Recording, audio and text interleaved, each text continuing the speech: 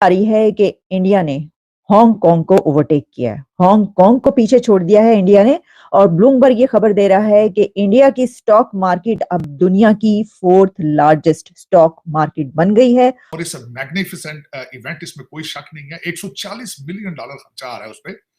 और बल्कि इस पे बात करने से पहले मैं मोदी साहब ने जो वहां पे इस सेरेमनी का ओपनिंग जो चीजें थी उस पर उनकी स्पीच बड़ी सुनने वाली थी। उन्होंने कहा this is not an opening of a month, this is the beginning of a new era. और ब्लूमबर्ग की रिपोर्ट के मुताबिक सियासी मुखालफिन के मुकाबले में नवाज शरीफ ने बेहतरीन मुआशी कारकर्दगी दिखाई। गुज़श्ता 3 दिहाइयों के दौरान नवाज शरीफ ने बेहतरीन अंदाज में मईशत संभाली। निगरान वज़ीर आज़म अनवारुल हक काकड़ की ज़ेर सदारत विफाकी काबीना का इजलास। विफाकी काबीना FBR की री-स्ट्रक्चरिंग की मंजूरी देगी।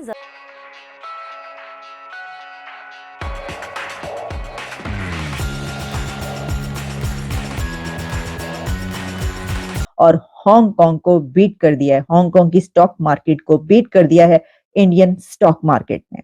ब्लूमबर्ग के अलावा दुनिया भर के मीडिया आउटलेट्स इस खबर को इस वक्त पब्लिश कर रहे हैं और ब्लूमबर्ग में हमें जो खबर मिलती है उसके मुताबिक ये बताया जा रहा है कि India overtakes Hong Kong as world's fourth largest stock market.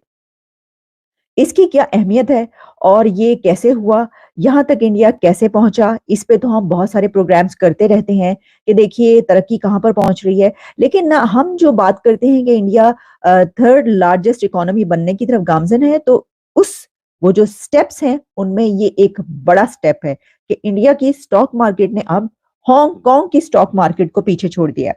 मैं आपको इस सिलसिले में जो डिटेल्स सामने आ रही बता देती हूँ कि जो इसमें कंबाइंड वैल्यू ऑफ शेयर्स बताए जा रहे हैं वो हैं $4.33 ट्रिलियन, $4.33 ट्रिलियन, जबकि हांगकांग के $4.29 ट्रिलियन की ये सामने आ रही है। लिस्ट किया गया इसको कि इतना फर्क आया है और इंडिया ने हांगकांग को बीट कर दिया है। अब याद रखिएगा कि हांगकांग की स्टॉक मार्केट एक बड़ी स्टॉक मार्केट कहलाती है, उसको बीट करना कोई इतना आसान काम नहीं है कि आप ये कहें कि ये एक बड़ी खबर है। और जैसे मैंने कहा कि ये वही स्टेप्स हैं कि जो लिए जा रहे हैं। जैसे कि आप जानते हैं कि जब डावोस में वो मीटिंग हुई अभी, तो वहां पर दुनिया भर के इन्वेस्टमेंट्स मौजूद थे। तो कहा ही जा रहा है कि दुनिया भर के जो इन्वेस्टर्स हैं वो खींचे चले जा रहे हैं इंडिया की तरफ और वो वहां पर इन्वेस्टमेंट करना चाहते हैं। और उनको पता है कि ये अब सबसे ज्यादा तेज रफ्तारी से जो इकोनॉमी, जो कि आदादो शुमार है, जो कि दुनिया के फैक्ट्स एंड फिगर्स हमें बताए जाते हैं और जो दुनिया की कंपनीज और बड़े इदारे, फाइनेंशियल इंस्टीट्यूशंस जब उसकी रेटिंग करते हैं तो पता ही चलता है कि सिर्फ दुनिया भर में ऐसे एक क्राइसिस के मौके पर, कि जब कोविड भी था उसके बाद भी बहुत कुछ होता रहा, जंगें चल रही हैं, 2 बड़ी जंगें इस वक्त दुनिया में चल रही हैं, लेकिन फिर भी जिस कंट्री की इकोनॉमी नीचे नहीं जा रही, ऊपर की तरफ जा रही है, वो है इंडिया।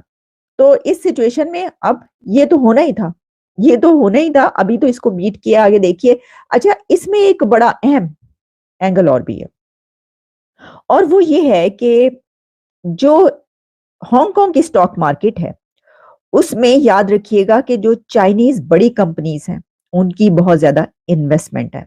तो आप इसको इस तरीके से ले सकते हैं और कह सकते हैं और देख सकते हैं कि ये एक तरीके से इंडिया ने चाइना को बीट किया है, क्योंकि हांगकांग की स्टॉक मार्केट की एक बड़ा जो वहां पे चंक है वो चाइनीज कंपनी का होता है।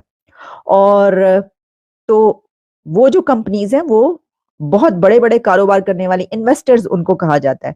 तो इसका मतलब ये हुआ कि जो चाइना के इन्वेस्टर्स हैं उनको बीट कर दिया है और वो तमाम इन्वेस्टर्स दुनिया के अब इंडिया की तरफ जो है वो खिंचे चले आ रहे हैं। क्योंकि मैं देख रही थी इसमें बताया जाता है the world's most populous country अब has positioned itself as an alternative to China, कि दुनिया की जो सबसे ज्यादा आबादी वाला कंट्री है इंडिया, यानी उसने अब अपने आप को पोजीशन कर लिया है कि अपने आप को चाइना के ऑल्टरनेटिव के तौर पर वो पेश कर रहा है। ये मैं आपको बता रही हूँ तमाम न्यूज जो ब्लूमबर्ग और दूसरे इंटरनेशनल मीडिया आउटलेट्स इसको पब्लिश कर रहे हैं। और उसमें ये कहा जा रहा है कि इंडिया जो है वो अट्रैक्ट कर रहा है fresh capital from global investors and company. उन्होंने कहा कि यू मार्क द 22 जनवरी 2024 को इस लैंडमार्क डे, इस न्यू बिगिनिंग। और वाकई ही इट्स अ न्यू बिगिनिंग। जिस तरीके से आपने जिस तरह खुद फरमाया है कि ये वेटिकन होगा हिंदुइज्म का। अब मैं सब कॉन्टिनेंट का एज ए सिटीजन होने के हवाले से मैं उस एंगल से पहले लेंस से बात करना चाहूंगा। देखिए, बाबरी मस्जिद बनी, उसके नाम से जाहिर है कि बाबर ने मस्जिद बनाई, 1524 में बनाई उसने। राम की जन्मभूमि 9000 साल पुरानी।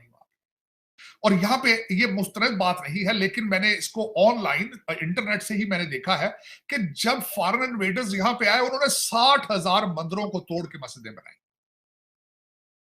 जब उनका हाथ था, वो ताकत थी।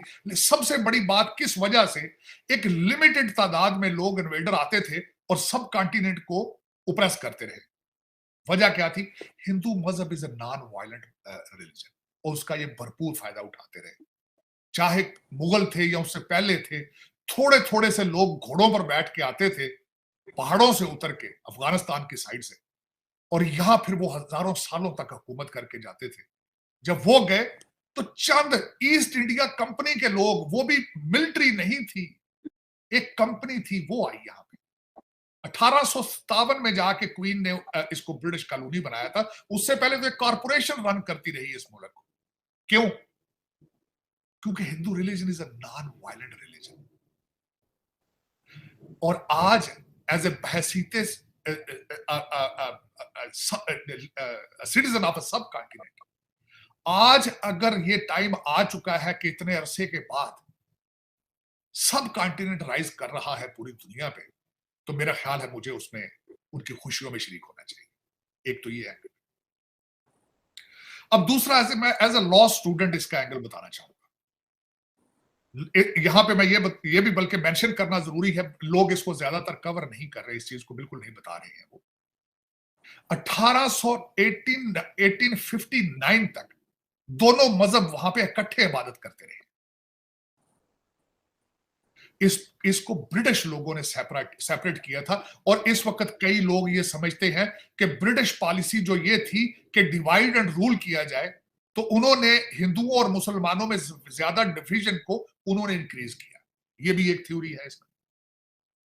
और फिर उसके बाद इससे अगली स्टेज पे चलें तो हाई कोर्ट ऑफ इलाहाबाद से ये चीज शुरू हुई। उसके बाद ये सुप्रीम कोर्ट में गई।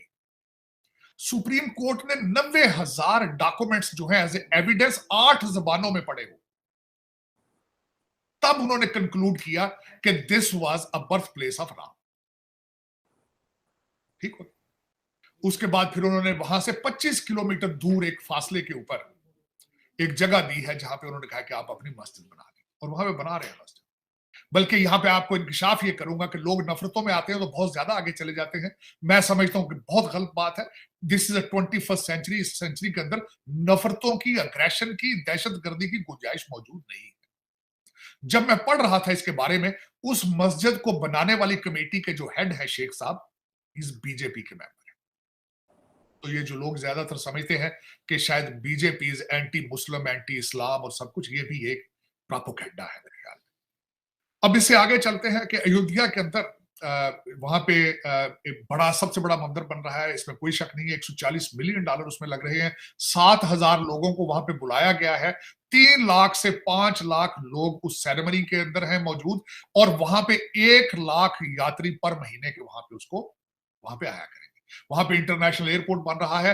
आज के मैं आज सुबह आपके सेगमेंट से पहले ये सुन रहा था कि वहां पे 1 लाख रुपया पर नाइट होटल चार्ज कर रहे हैं अयोध्या के, और वहां पे एक vast majority of Muslims they are living there as well.